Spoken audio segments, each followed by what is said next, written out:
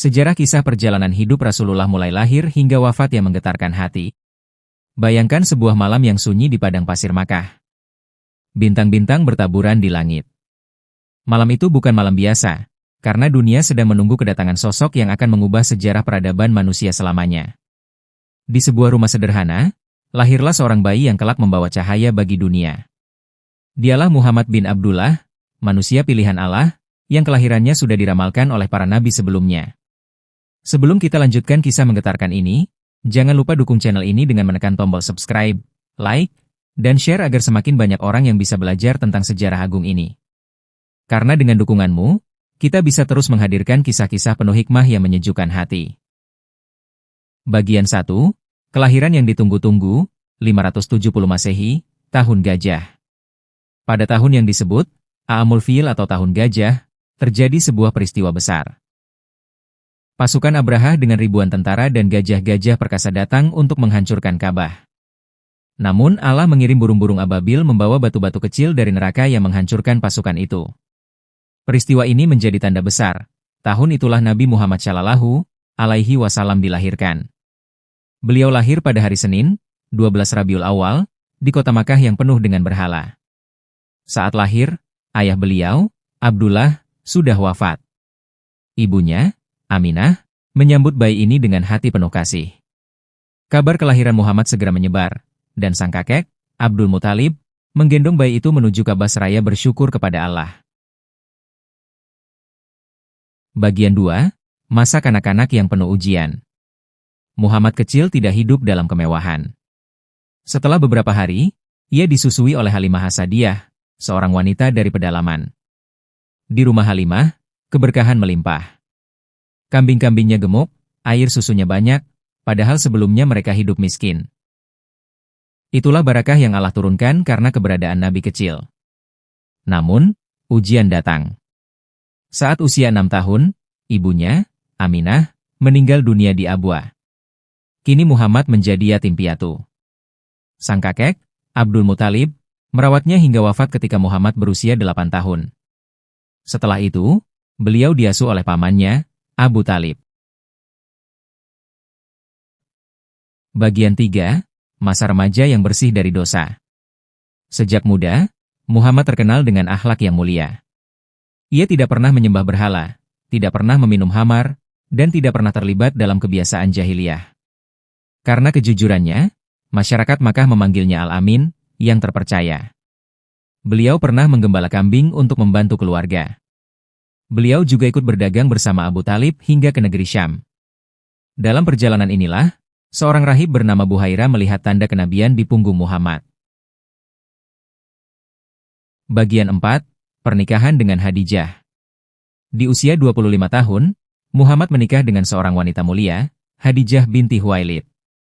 Sebelum menikah, Muhammad dipercaya untuk membawa barang dagangan Khadijah ke Syam, dan beliau membawanya dengan penuh amanah hingga mendapatkan keuntungan besar. Khadijah terkesan dengan akhlak Muhammad, sehingga ia mengajukan lamaran melalui perantara.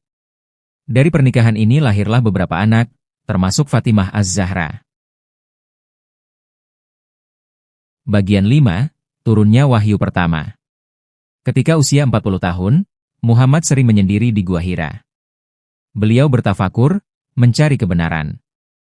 Hingga suatu malam yang penuh berkah, turunlah Jibril membawa wahyu pertama. Iqra, bismi rabbikal ladzi khalaq. Bacalah dengan nama Tuhanmu yang menciptakan. Muhammad gemetar dan pulang ke rumah Khadijah sambil berkata, Zamiluni, Zamiluni, selimuti aku, selimuti aku. Dari sinilah kenabian dimulai.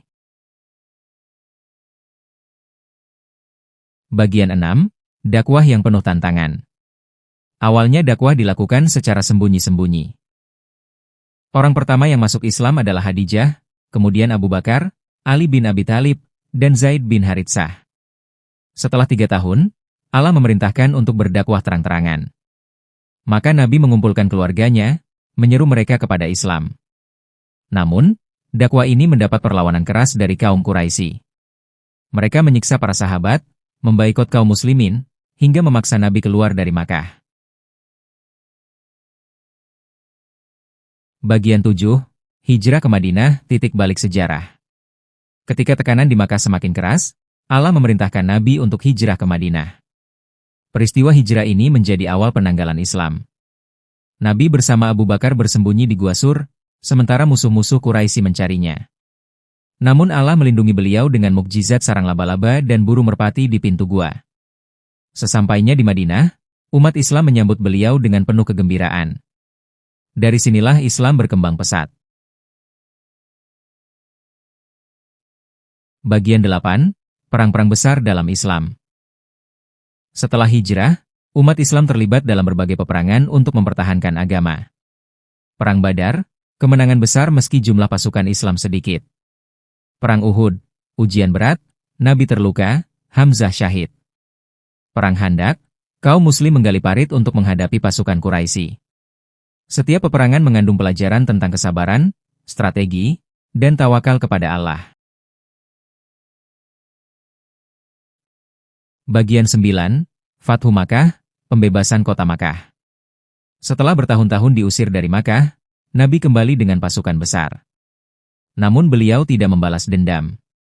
Dengan akhlak mulia, beliau berkata kepada penduduk Quraisy, "Pergilah, kalian semua bebas." Ini adalah puncak kemenangan Islam, penuh kasih sayang, tanpa pertumpahan darah. Bagian 10. Haji Wada dan wafatnya Nabi. Pada tahun 10 Hijriah, Nabi melaksanakan Haji Wada, haji perpisahan. Di Arafah, beliau menyampaikan khutbah yang agung. "Hari ini telah aku sempurnakan untukmu agamamu, dan telah aku cukupkan nikmatku untukmu, dan telah aku ridai Islam sebagai agamamu." Tak lama setelah itu, Nabi jatuh sakit. Dalam sakitnya, beliau sering berdoa, "Ya Allah, bersama Ar-Rafiq Al-A'la, teman tertinggi." Pada hari Senin, 12 Rabiul Awal, Rasulullah menghembuskan napas terakhirnya di pangkuan Aisyah. Seluruh Madinah menangis. Dunia kehilangan pemimpin agung, namun ajarannya tetap hidup hingga kini. Penutup menyentuh hati. Sahabat-sahabat sekalian, inilah perjalanan hidup manusia terbaik yang pernah ada. Beliau lahir dalam keadaan yatim, hidup sederhana, penuh ujian, namun membawa cahaya yang menyinari dunia hingga hari ini. Jika kita mencintainya, buktikan dengan mengikuti sunahnya, meneladani akhlaknya, dan memperbanyak shalawat untuknya. Jika kisah ini menyentuh hatimu, jangan lupa subscribe, like, dan share agar semakin banyak orang mengenal Rasulullah yang kita cintai. Semoga kita semua mendapatkan syafaat beliau di hari kiamat. Amin.